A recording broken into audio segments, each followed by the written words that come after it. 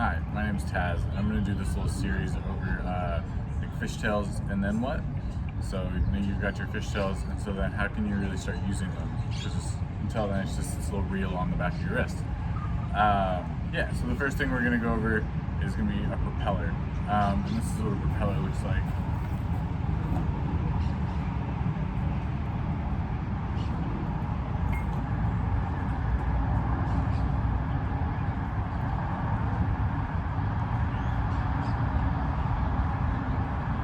So yeah, so to do that, we got to do a couple things. The first thing we have to do is we need to be in our fishtail, and that's a prerequisite to this. If you can't do a fishtail, go back, learn it, come back. But we need to get our staff off center. So I don't have my center points marked, but this is center. And I'm gonna wanna move a little bit to my left. And so when that happens is when I'm fishtailing in front of me. So when it's right here,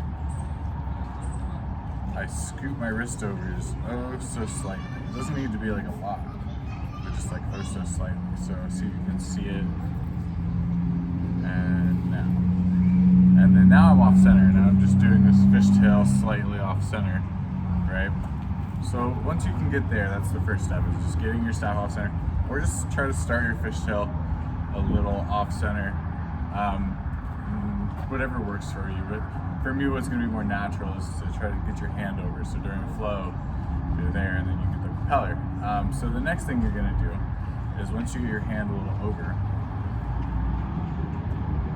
on the back side of it behind you, so when it's here, I'm going to have this little pressure lock against my wrist and my thumb, and then when I'm here I'm going to lift the staff up in the air, and it's going to do a rotation around my hand, and then once it does one rotation, I'm going to bring it back down and continue the fishtail motion. So the whole thing is going to go like, I'm going to get my off balance,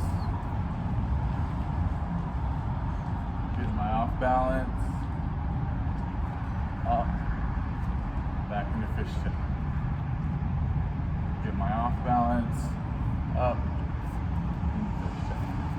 One more time, from just normal way for me.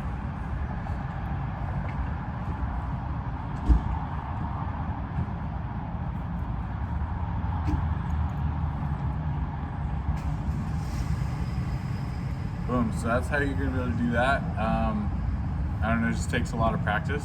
Those little key points though, I think are gonna be really important. The more you go off center, the more momentum is gonna carry the staff, and the smaller you go off center, the less momentum is going to have. But you can apply momentum with your hand and how you raise it. I raise my hand, I feel like, very smoothly, because I don't go too far off center. But if you raised your hand, like, it would go really quick, like, right? And all those are possible, but I feel like at first you want slow and controlled, and then after so long, it doesn't really matter. So yeah, that's that. I'm going to do a couple more of these, and thanks for checking them out.